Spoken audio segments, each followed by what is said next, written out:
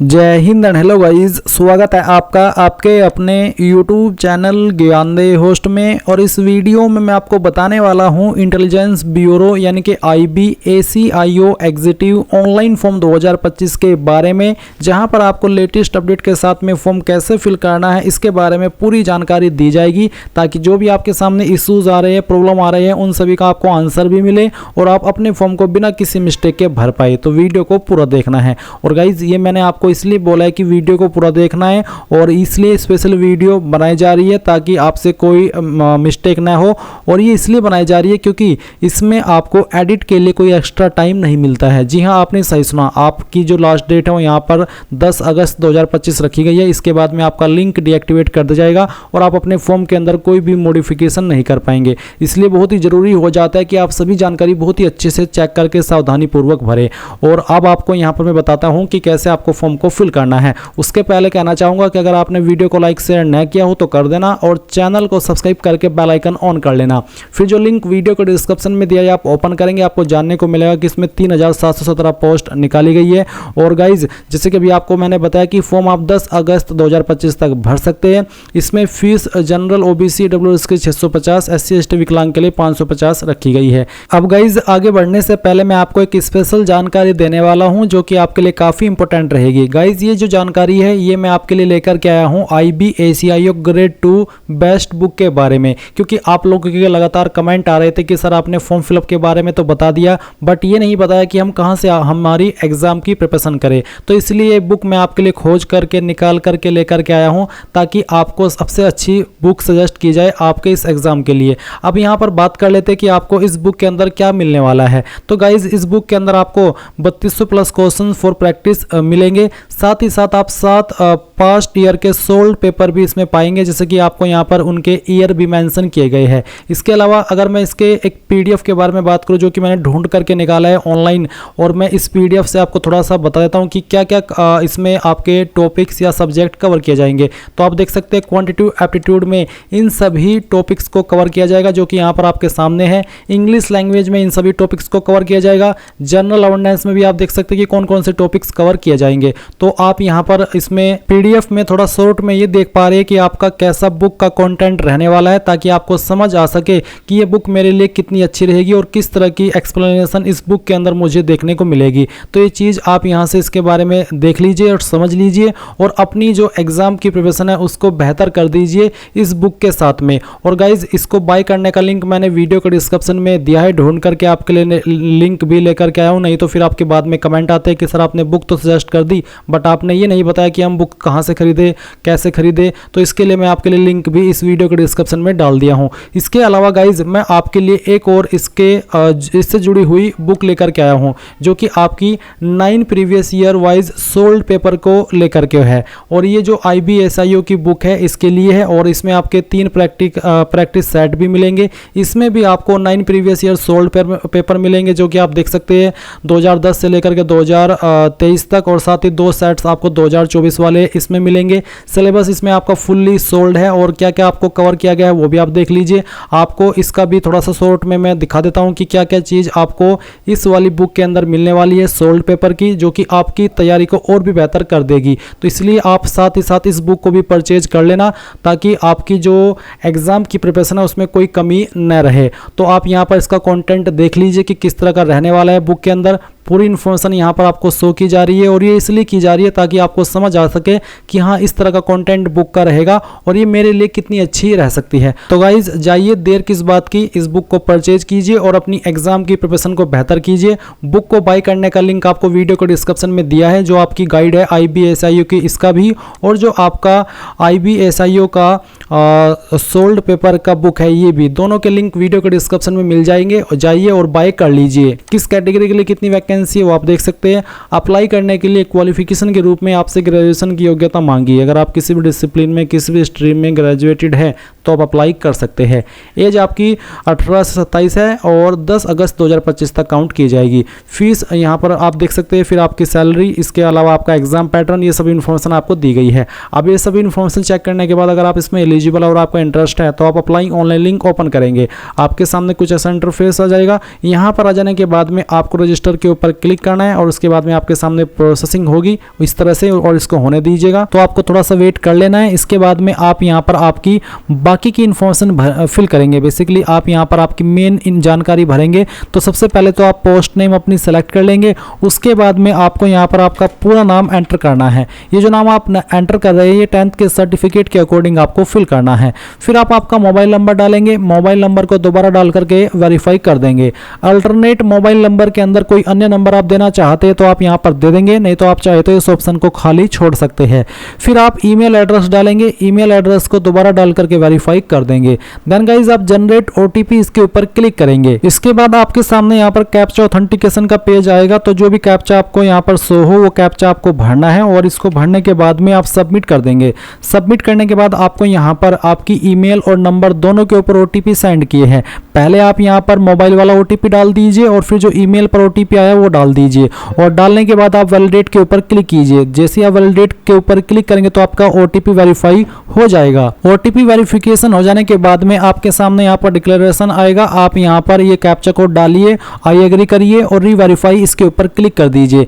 इसके बाद जो भी इन्फॉर्मेशन आपने भरी है वो आपके सामने है। आप इन सभी जानकारी को चेक करने के लिए इस बॉक्स के ऊपर टिक करेंगे। इन बॉक्स के ऊपर टिक करना का मतलब ये है कि हाँ आपने जानकारी चेक कर ली है और आपके अकॉर्डिंग सभी जानकारी सही है। फिर आप सबमिट करेंगे और यहाँ से आई एग्री करेंगे एंड देन ओके कर देंगे। ओके करने के बाद आप देखेंगे कि जो आपका रजिस्ट्रेशन है वो सक्सेसफुल हो चुका है।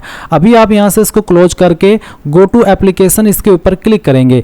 इसके ऊपर क्लिक करने के बाद अगेन आपके सामने इस तरह से प्रोसेसिंग होगी जहाँ पर आपको बेस्ट ब्राउज़र रिकमेंड किए जाते हैं, तो आप इसको होने दीजिए। फिर आप यहाँ पर आपकी अन्य इन्फॉर्मेशन फिल करेंगे। जैसे कि यहाँ पर आपको बताना है आपका जेंडर, तो मेल फीमेल जो भी है वो आप सिलेक्ट कर लेना। ट्रांसजेंडर का इसमें ऑप्शन नहीं है। और फिर आता है डेट ऑफ बर्थ, तो आपको कैलेंडर के ऊपर क्लिक करके आपका जो ईयर है वो सिलेक्ट करना है, फिर मंथ और उसके बाद में डेट, आपका डेट ऑफ बर्थ आ जाएगा। देन आप नेशनलिटी के अंदर a citizen of India select कर लेंगे। फिर रिजर्वेशन कैटेगरी आपकी कौन सी है, जनरल हो, ईडब्ल्यूएस हो, ओबीसी हो, एससी हो, एसटी हो, जो भी है वो आप सिलेक्ट कर लीजिएगा। अगर ओबीसी है या फिर आपकी कैटेगरी एससी एसटी है तो आपको यहाँ पर जो आपके कास्ट सर्टिफिकेट है उसकी जानकारी देनी है, जिसमें कि आप issuance number of the category certificate, यानी कि आपका कैटेगरी सर्टिफिकेट का जो नंबर है वो देना होगा। साथ ही साथ किस डेट में आपका सर्टिफिकेट इशू हुआ है वो डेट भी आप सिलेक्ट कर लेंगे। ये सर्टिफिकेट आपका 1 ईयर से ज़्यादा ओल्ड नहीं होना चाहिए, नहीं तो आपको प्रॉब्लम फेस करनी पड़ सकती है। अगर आपका नहीं बना हुआ है तो आप बनवा लीजिए, 8 से 10 दिन के अंदर आपका सर्टिफिकेट बन जाता है। इसके बाद गाइज आप यहाँ पर देखेंगे फादर नेम, तो आपको आपका फादर नेम एंटर करना है 10th के सर्टिफिकेट के अकॉर्डिंग। फिर आपका मदर नेम एंटर करना है। फिर आपको आपका मैरिटल स्टेटस बताना है, married, unmarried, widower, judicially separated, तो जो भी है वो आप सिलेक्ट कर लेना। रिलीजन आपका क्या है वो आप सिलेक्ट कर लेंगे। इसके बाद में यूनिक आइडेंटिफिकेशन मार्क, आपकी बॉडी के ऊपर ऐसा निशान जिससे आपकी बॉडी की पहचान होती है। ये निशान आपकी बॉडी के ऊपर कहीं पर भी हो सकता है, जैसे कि जलने का, कटने का या फिर बर्थ मार्क।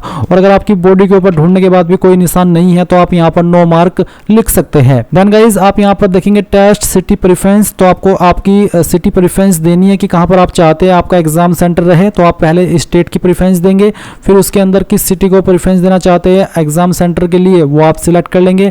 मैं आपको बता दूं कि आप स्टेट में चाहे तो सभी में एक ही प्रेफरेंस दे सकते हैं, बट जो सिटी है वो आपकी अलग अलग होनी चाहिए। तो इस तरह से आपको यहाँ पर ये प्रेफरेंसेस दे देनी है, जैसे कि मैं आपको दे करके दिखा रहा हूँ। और फिर यहाँ पर उनकी जो सिटी है वो भी सिलेक्ट करनी होगी। इसके बाद आप यहाँ पर अगली जो स्टेट है वो सिलेक्ट करेंगे, फिर सिटी, फिर आपकी नेक्स्ट, और उसके बाद में यहाँ पर उसकी सिटी। ये देने के बाद में आप नीचे की तरफ आएंगे और आपको यहाँ पर पूछा कि are you an ex serviceman, क्या आप एक्स सर्विसमैन है, अगर हाँ तो यस, नहीं तो आपको नो करना है। फिर पूछा कि आप एक स्पोर्ट्स पर्सन है, अगर है तो यस, नहीं तो आप नो करेंगे। क्या आप एक गवर्नमेंट सर्वेंट है, डिपार्टमेंटल कैंडिडेट, अगर है तो यस, नहीं तो आप नो करिए। इसके बाद सेव एंड नेक्स्ट कर दीजिए। अब आपके सामने यहाँ पर कम्युनिकेशन डिटेल का सेक्शन आ चुका है, जहाँ पर आप आपके एड्रेस की इन्फॉर्मेशन फिल करेंगे। तो सबसे पहले आपका प्रेजेंट एड्रेस, तो जो भी प्रेजेंट एड्रेस है वो आप यहाँ पर भरिए लाइन 1 और 2 के अंदर। फिर आप यहाँ पर कंट्री में इंडिया सेलेक्ट कर लेंगे और जो आपकी स्टेट है वो भी आपको सिलेक्ट कर लेनी है। डिस्ट्रिक्ट कौन सी है वो आप सिलेक्ट कर लेंगे और जो आपका पिन कोड है वो भी आपको यहाँ पर डाल देना है। इसके बाद यहाँ पर एक सवाल है कि is permanent address same as correspondence address, यानी कि आपका परमानेंट एड्रेस और प्रेजेंट एड्रेस सेम है। अगर सेम है तो यस, अगर सेम नहीं है तो आप नो कर देंगे और नो करके अलग से अपना परमानेंट एड्रेस भर देंगे। पर क्योंकि अगर सेम ही है आपका प्रेजेंट और परमानेंट एड्रेस तो यस करिए और सेव एंड नेक्स्ट के ऊपर क्लिक कर दीजिए। अब आपके सामने यहाँ पर क्वालिफिकेशन की जानकारी आ चुकी है, तो अब आपकी क्वालिफिकेशन की जानकारी भरेंगे और क्वालिफिकेशन की जानकारी फिल करने से पहले जान लीजिए, अगर आपकी मान लीजिए परसेंटेज है 59.99 तो आप यहाँ पर 60% उसको लिख सकते हैं, यानी कि आपको इस तरह से उसको ट्रीट करना है। अब आप यहाँ पर सबसे पहले 10वीं की इन्फॉर्मेशन भरेंगे, 10वीं आपने किस बोर्ड से किया है उस बोर्ड का नाम आपको यहाँ पर एंटर करना है। फिर किस साल के अंदर पास कर ली थी वो साल आपको यहाँ पर सिलेक्ट करना होगा। एंड देन आपको इंस्टीट्यूट नेम के अंदर बताना कि कौन से स्कूल कॉलेज से आपने आपकी 10वीं की है उसका नाम आप यहाँ पर एंटर करेंगे, पूरा नाम आपको डालना होगा। फिर सब्जेक्ट कॉम्बिनेशन, तो जो भी आपके पास सब्जेक्ट थे 10वीं के अंदर वो सब्जेक्ट आपको यहाँ पर एंटर करने में, आपको डेमो के लिए 3 सब्जेक्ट के नाम लिख करके दिखाया हूँ। आप आपके सभी चाहे 5 सब्जेक्ट थे चाहे 6 सभी सब्जेक्ट के नाम यहाँ पर लिखना। क्वालिफाइड बताना है तो बेसिकली पास होंगे तभी आप ये फॉर्म भर रहे हैं तो आप इसमें पास सेलेक्ट कर लीजिए। फिर नंबर किसके अंदर है, CGPA या फिर परसेंटेज। अगर CGPA तो बताइए कि कितनी CGPA आपको आई थी, अगर परसेंटेज तो परसेंटेज सेलेक्ट करके आप बताइए कि कितनी परसेंटेज आपको आई थी। इसके बाद सेम वे में आप 12वीं की इन्फॉर्मेशन भरेंगे, तो 12वीं आपने कौन से बोर्ड से किया उस बोर्ड का नाम आपको लिखना होगा, किस साल के अंदर पास किया वो साल सेलेक्ट कर लेना है, कौन से स्कूल कॉलेज से आपने आपकी 12वीं की है उसका पूरा नाम आप यहाँ पर डाल देंगे। सब्जेक्ट्स आपके पास क्या थे वो सब्जेक्ट्स के नाम भी आपको यहाँ पर एक एक करके एंटर करने होंगे। तो जो भी थे आपके पास 12वीं के अंदर सब्जेक्ट सभी लिख दीजिएगा। फिर आपको यहाँ पर पास सेलेक्ट कर लेना है। नंबर सिस्टम बताना कि किसके अंदर नंबर थे, परसेंटेज तो बताया कि कितनी परसेंटेज आपको आई थी। उसके बाद आती है एसेंशियल क्वालिफिकेशन, तो सबसे पहले आप यहाँ पर सेलेक्ट कर लेंगे ग्रेजुएशन और equivalent and then specialisation. Specialisation के अंदर आप यहाँ पर आपका स्ट्रीम या फिर आपका जो सब्जेक्ट है या फिर जो आपका डिसिप्लिन है वो आप दे सकते हैं। इनमें इन तीनों चीज़ों में से कोई भी चीज़ आप यहाँ पर मेंशन कर सकते हैं, या फिर अगर ये चीज़ आपके इन क्वालिफिकेशन के ऊपर एप्लीकेबल नहीं हो रही है, जैसे कि मान लीजिए आपने BA की है, अब BA पर ये चीज़ एप्लीकेबल नहीं होती तो आप यहाँ पर डायरेक्टली BA लिख दीजिए। और उसके बाद में institute college university full name, तो कहाँ से आपने किया उसका पूरा नाम आपको एंटर कर देना है। इनमें से किसी भी चीज़ को आप दे सकते हैं, चाहे कॉलेज का नाम, चाहे यूनिवर्सिटी का, चाहे इंस्टीट्यूट का। फिर आता है इंस्टीट्यूट कॉलेज यूनिवर्सिटी सिटी, तो सिटी कौन सी थी वो आपको यहाँ पर बताना है जहाँ पर आपकी ये इंस्टीट्यूट या फिर यूनिवर्सिटी थी। स्टेट कौन सी थी वो आप यहाँ पर एंटर कर देंगे। स्टेट का नाम आपको यहाँ पर खुद से लिखना होगा। Month and year of joining, कौन से महीने और कौन से साल के अंदर आपने इसको ज्वाइन किया था वो आपको यहाँ पर बताना है, इस तरह से जैसे कि मैं आपको सिलेक्ट करके दिखा रहा हूँ। और कब आपने पास कर लिया था वो आप यहाँ पर सिलेक्ट कर लेंगे इस तरह से। और फिर यहाँ पर गाइज आप देखेंगे क्वालिफाइड तो उसमें पास सेलेक्ट कर लीजिए और उसके बाद में नंबर किसके अंदर है वो सिलेक्ट कीजिए और यहाँ पर आपकी जो परसेंटेज है वो डाल दीजिए। अब आता है desirable qualification detail. Do you have knowledge of computers, क्या आपको कंप्यूटर्स की नॉलेज है, अगर हाँ तो यस, नहीं तो आप नो कर सकते हैं।